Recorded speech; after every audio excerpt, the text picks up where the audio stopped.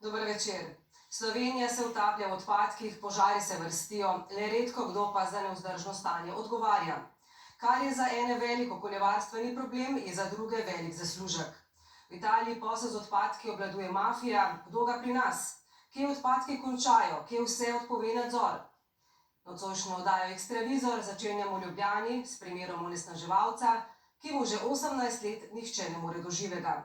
Kot zagotavljajo, so ukrepali vsi pristojni, odpadki pa so še vedno tam in občasno zagorijo. Ljubljana, cesta dveh cesarjev, znotraj ljubljanske obvoznice, nedaleč od središča mesta. Dva zaporedna požara v razmaku dobrih 2 tednov. Gorele so avtomobilske pnevmatike, avtomobilski deli, olja, ostanki gradbenih materialov, med njimi azbestna kritina.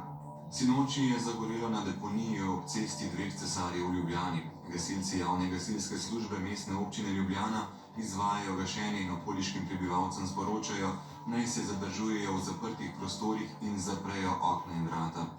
Policija vzroka požara še ni odkrila. Bolj kot to pa skrbi, da je minilo že 18 let od prve inšpekcijske odločbe, da nelegalna deponija 1500 avtomobilov v središču naselja tam nima kaj iskati. Avtomobilov danes ni več, so pa njihovi deli, azbestne plošče.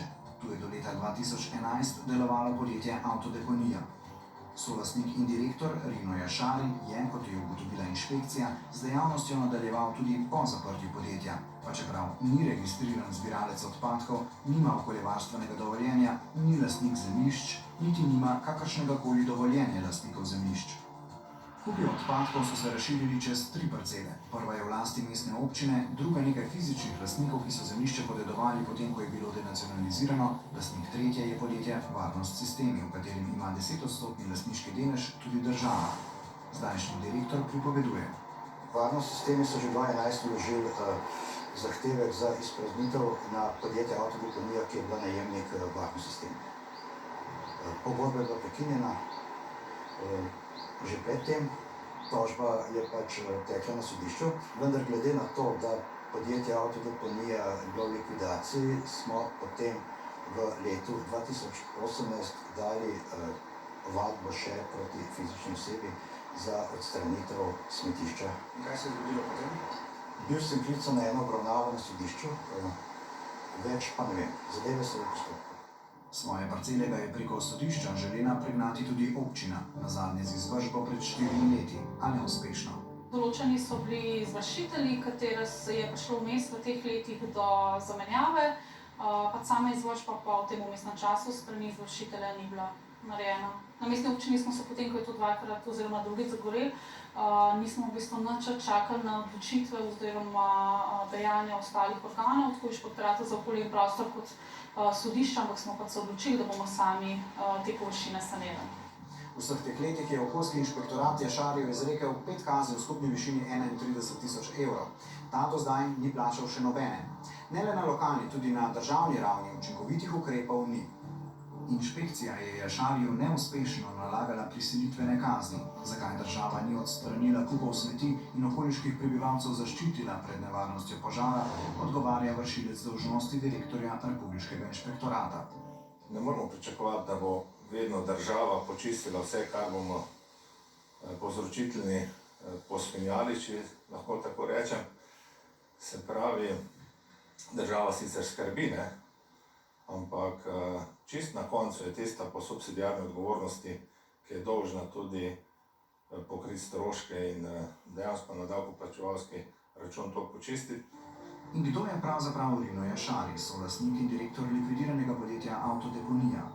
Na seznamu kandidatov za svetnike svetov četrtnih skupnosti mestne občine Ljubljana preberemo, da je po izobrazbi veterinarski tehnik. Danes je solastnik Inštituta za predelavo in reciklažo, čeprav inštitut že od ustanovitve v letu 2005 nima nikakršnih prihodkov.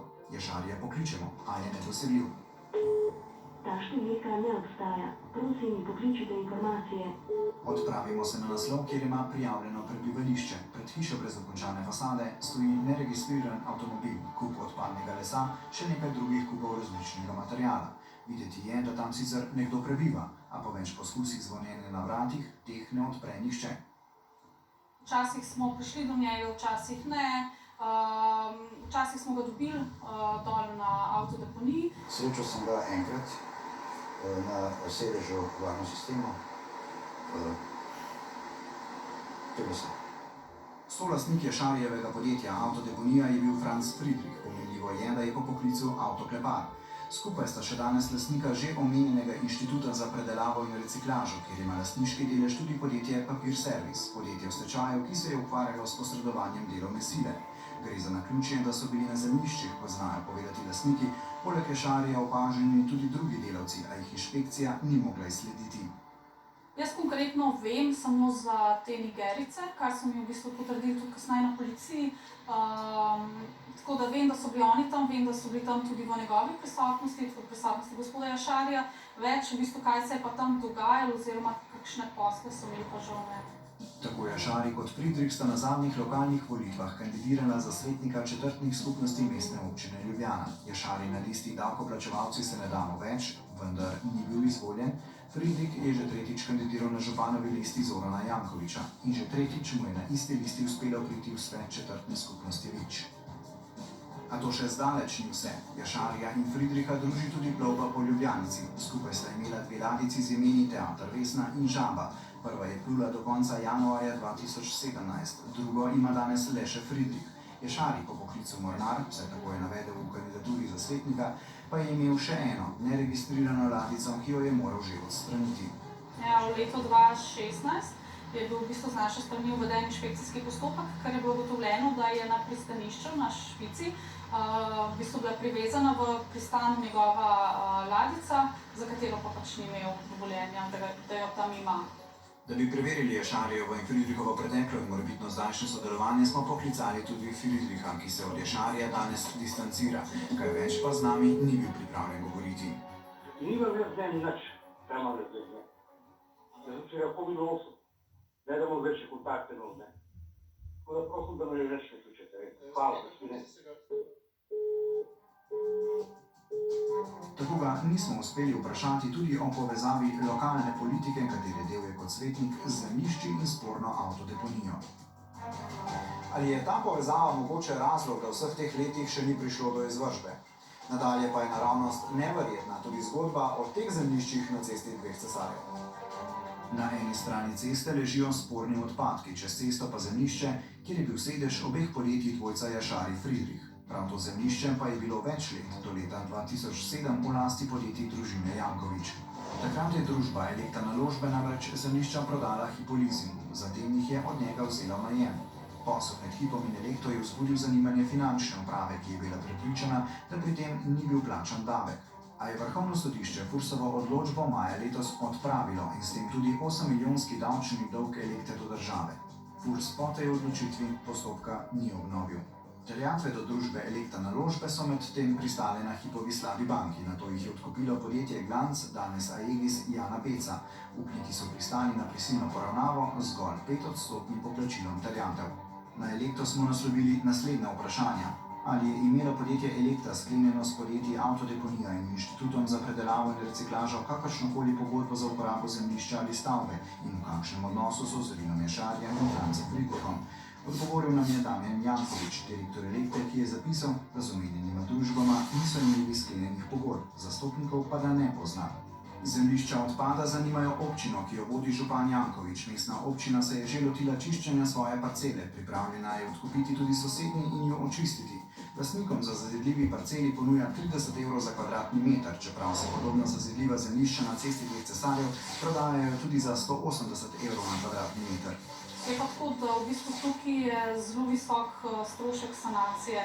Če bi ponujeno ceno pomnožili in odšteli stroške, ki bi jih imela za čiščenjem te parcele, bi prišli do izračuna, da morajo ti lastniki še nam dati denar, da bomo mi od njih to kupili pa počistili. No? Tako da to so zelo veliki stroški, no, samo sanacijo. Načrtov konkretno s to parcelo pa zaenkrat ni ono. No? A je v občinskem prostorskem načrtu ideja o stanovanjskem naselju na tem območju še vedno prisotna? Na nekdanjih Elektrinih parcelah naj bi zraslo naselje Vrtno mesto Sibirija, na parcelah odpada pa Vrtno mesto Sibirija Sever. A vse kaže, da lastniki parcel ponujene cene najverjetneje ne bodo sprejeli, zato bodo morali odpad sanirati sami. Določeni odpadki, kjer se ne ve, kdo jih je tja navozil, povzročitelja bomo naložili lastnikom zemljišča. Je pa inšpekcija pred 3 leti Jašarja kazensko ovadila. Tožilstvo je obtožnico za kaznivo dejanje obremenjevanja in uničevanja okolja vložilo januarja letos. Prihodnji mesec se zadeva seli na sodišče. Spomnimo, 18 let od prve inšpekcijske odločbe in 4 leta od prvih dovoljenj za izvršbe. Tožilec, ki se je proslavil, da je za zapahe spravil tajkune in preganjal bančno kriminaliteto, po novem pa je kot vodja delovne skupine zadolžen tudi za okolje, trajanje postopkov pojasnjuje. Zadeva je ponavadi preprosta zgolj za ljudi, ki ne poznajo sam sistem okoljevarstvene kriminalitete. Za ta kazniva dejanja je predvsem značilno to, da so blanketne narave, kar pomeni, da je potrebno niz poznavanja drugih predpisov, ne samo zakonskih znakov, ko so v posamezni inkriminaciji. To seveda izjemno otežuje delo vseh deležnikov, od ovaditeljev do sodnikov, in tudi s tem namenom smo potem ustanovili to projektno skupino 12 državnih tožilcev. Je pa res, da morate razumeti, da so skrajno naivni tisti, ki mislijo, da bo zdaj 12 državnih tožilcev pa 12 oziroma državnih tožilk pravzaprav bilo naslov za vse te gobe, ki se dogajajo v naši državi z izigravanjem okoljske zakonodaje. Med tem odpadki, med njimi olja in azbest, še vedno ležijo na 2 parcelah, tik ob ljubljanski četrti Murgle. Prebivalci pa lahko samo nemočno čakajo, kdaj bodo spet morali zapirati okna in se zadrževati v zaprtih prostorih.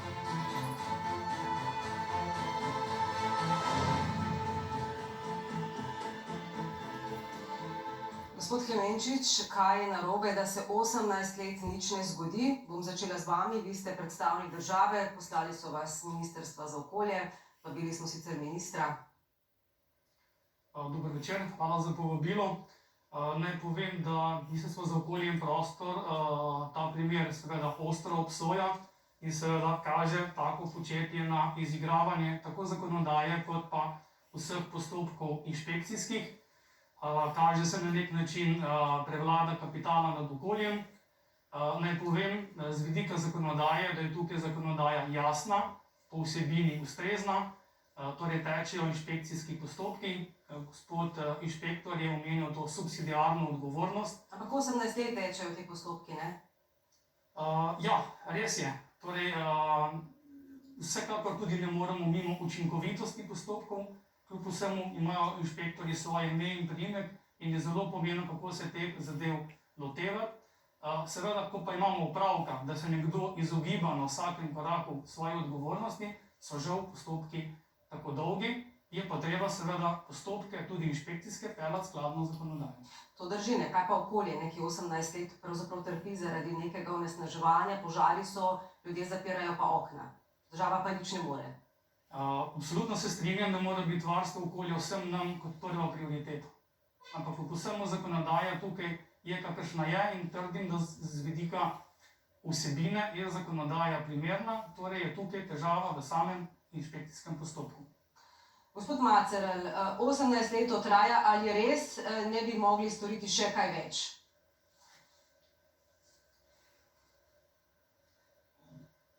Poglejte, pogovarjamo se o 18 letih, ne o 18 mesecih. In če bi, mislim, karkoli zdaj odgovorni rečejo, je dejstvo, da gre za eno veliko neučinkovitost odgovornih inšpekcijskih služb in pa nezainteresiranost države za pregon okoljskega kriminala. In pa seveda odgovornim se očitno ne zgodi nič. V takšnem primeru, kot se zdaj pokaže, je dejstvo, da takšne količine odpadkov tam niso prišle v mesecu, 2, ampak prav gotovo je to daljši čas trajalo. In v takšnem primeru, ko država ugotovi, da je na nekem območju potencialna nevarnost, ki lahko obremeni zrak, okolje, podtalnico, zdravje ljudi, bi država mogla dati zelo kratke roke za sanacijo in če se ta sanacija ne naredi, je mora narediti država sama takoj, ne po 18 letih. Tako jo mora narediti država sama, potem pa stroške iskati na lastnikih zemljišča, na tistim, ki so odgovorni in potem od njih dobiti povračilo stroškov. In seveda, če gledamo, koliko bi to državo stalo takrat, če bi v prvem letu to odstranili, se samo vprašamo, koliko stroškov je nastalo koliko stroškov je naredila inšpekcija na davkoplačevalskem denarju v 18 letih. In bomo videli, da smo davkoplačevalci za to neučinkovito inšpekcijo dali ogromno denarja. In seveda, po drugi strani nas pa čudi, kako pa lahko, recimo, inšpektorji, pa primeru, nekaj 2 dni nazaj, jaz mislim, da je Društvo za preučevanje rib Slovenije še na drugi stopnji dokazalo, da so nekrivi in dolžni preganjani od inšpektorja mesece, na drugi stopnji, na prvi stopnji, in tu pa inšpektor preganja neko nevladno organizacijo, v takem primeru se pa ne izkaže. Bomo odgovorili, ja, Če se gospod zanima, Macer. ta ista nevladna Bomo še zdaj odgovorili, gospod Klemenčič, ali bi država namesto, da 18 let pošilja inšpektorje na teren, lahko te odpadke odstranila in potem iskala povzročitelja. Tukaj moram zelo jasno povedati, osebno sem na mestu direktorja direktorata za okolje od 1. oktobra letošnjega leta. Ampak gospod Klemenčič, vas so poslali z ministrstva, verjetno ste pristojni za ta vprašanja. Absolutno. Glejte, tudi vemo, koliko časa je ta vlada na oblasti in koliko časa je tukaj tudi minister. In lahko rečem, da smo na vseh odgovornih mestih, tako na direktoratih, na ARS-u, tudi na inšpekciji, drugi ljudje sedaj. No, ampak vseeno sprašujem kot predstavnika, ali menite, da bi lahko država tukaj drugače ukrepala, torej 18 let hodijo inšpektori na teren, pa se nič ne zgodi, pa plačujemo jih, namesto da bi te odpadke odpeljali, tudi preprečili nadaljnje onesnaževanje. Glejte, z vidika postopka inšpekcije vemo, da je tukaj inšpektor neodvisen in se MOP kot ministrstvo ne sme vtikati v same postopke. Ko govorimo o odgovornosti tudi MOP-a, zakaj niso bili kljub vsemu, poleg inšpekcijskih postopkov, izpeljani še konkretni ukrepi v okolju, boste žal morali vprašati koga drugega. Jaz hočem poudariti to, da se sedaj z vsemi temi primeri, ki jih imamo na mizi, in verjemite mi, jih je veliko, ukvarjamo sistemsko. Tako zakonodajo, kar verjamem, da bom lahko še v nadaljevanju pojasnil, kot tudi to, da vse te, bom rekel, stara bremena zelo aktivno rešujemo in tudi iz proračuna državnega se vidi, da je precej denarja tudi za drugo leto namenjenega za konkretne sanacije v okolju. Gospod Balažic, vi ste župan, menite, da mora biti tudi vpliv lokalne politike razlog za to, da te zadeve stojijo 18 let? Vsekakor. Morda bi za pojasnilo tega, kar je gospod z ministrstva povedal, sam dodal naslednjo zadevo. Namreč, vedeti morate, da se tu in lokalna politika in država sooča s področjem, kjer gre za enormne dobičke. To je samo majčken primer, tak kot kapljica vode. V Sloveniji imate veliko bolj glomazne primere, kjer nekdo, ki shranjuje predvsem nevarne strupene odpadke, to so takšni dobički, da se vam zvrti v glavi. Ti ljudje v teh firmah imajo svoje lobiste, ko vstopajo v državne institucije, imajo svoje odvetnike, ki skrbijo, da jih zagovarjajo na sodiščih, imajo svoje PR-ovce, imajo svoje vstope v medije in skratka, to je cel sistem, govorim iz izkušnje, zadnje v 2 letih.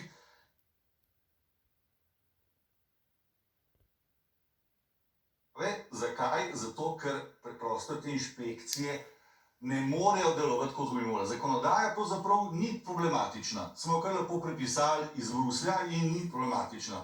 Problem pa so inšpekcije na terenu, ker so neučinkovite, ker so formalne, ker so dostikrat tudi prirejene, gleda se samo papirje, a ne da ne. Potem pa so tudi podrejene pravnim vratolomijam, recimo, vi veste, da je v Sloveniji velika debata, kaj so tla. No, vse to bomo še natančno vse pokazali, boste tam tudi pokomentirali. Gospod Zupan, se vi strinjate s tem? Je razlog mora biti v teh vplivnih skupinah, da na nek način ovirajo takšne sanacije? To bi težko komentiral, pravzaprav ne poznam, niti konkretno tega primera ne poznam. Brez dvoma je pa to primer v posmeh državi. V posmeh pravni državi, v posmeh naši državi, ki smo se pred 30 leti odločili, da želimo sami upravljati svojo državo in biti sami gospodar na svojem mestu. Očitno ne znamo. In če 18 let traja en takle postopek, je pa to res sramota za našo državo in na eni strani za vse inšpekcijske postopke, tako kot je gospod Klemenčič rekel, inšpektorji imajo ime in priimek. In vemo, da pri uradnikih marsikdaj se uradnik odloča med kaj narediti ali ne narediti, izbere prvo varianto, nič narediti. Ker ko bo nekaj naredil, je na udaru. Lahko na udaru nadrejenega, lahko na udaru, kot je gospod Baležič rekel, če obstaja neke vplivne skupine, morda tudi tam, ne nazadnje pa definitivno na udaru medijev. Če bo nek inšpektor se nepravilno odločil in bo prišlo do neke tožbe strani nekega zasebnika, zasebne pravne osebe, veste, to niso enostavne stvari, to so pritiski na družine in tako naprej. In tukaj bi mogla inštitucija zaščititi tiste ljudi, ki opravljajo te odgovorna dela, da so pravzaprav zaščiteni v primeru morebitnih pritiskov. In jasno, človek po liniji nemanjšega odpora se marsikdaj odloči raj nič narediti, kot pa dregant v to osje gnezdo. Gospod Bukovec, kaj je razlog za tako stanje? Kot državljan pogledam takele prispevke, moram priznati, da sem izredno razočaran tudi nad delovanjem inštitucij, kot so že kolegi pred mano povedali. Lahko pa samo parafraziram naslov filma iz leta 1996, Grde smeti lepo gorijo. Dejstvo je, da povečano število požarov v zadnjih 3 letih, in najbrž statistika to dokazuje, sovpada z zapiranjem Kitajske uvoza nepredelanih smeti od leta 2018 naprej. Slovenija je uspešno surfala na rokovajih, na valovih prostih predelovalnih kapacitet tudi za gorljive odpadke v regiji. Ko se je Kitajska zaprla, seveda se je v vseh domicilnih državah prednost dajala predelavi lastnih, doma nastalih, in Slovenija je ostala, rekel, na koncu dobesedno z fizično zaprtimi vrati. Pa bomo o tem še, gospod Bukovec, v nadaljevanju vse natančno videli, te zadeve so vendarle bolj dolgoročne, imajo torej že 18-letno zgodovino. Gospod Macer, želeli ste še repliko?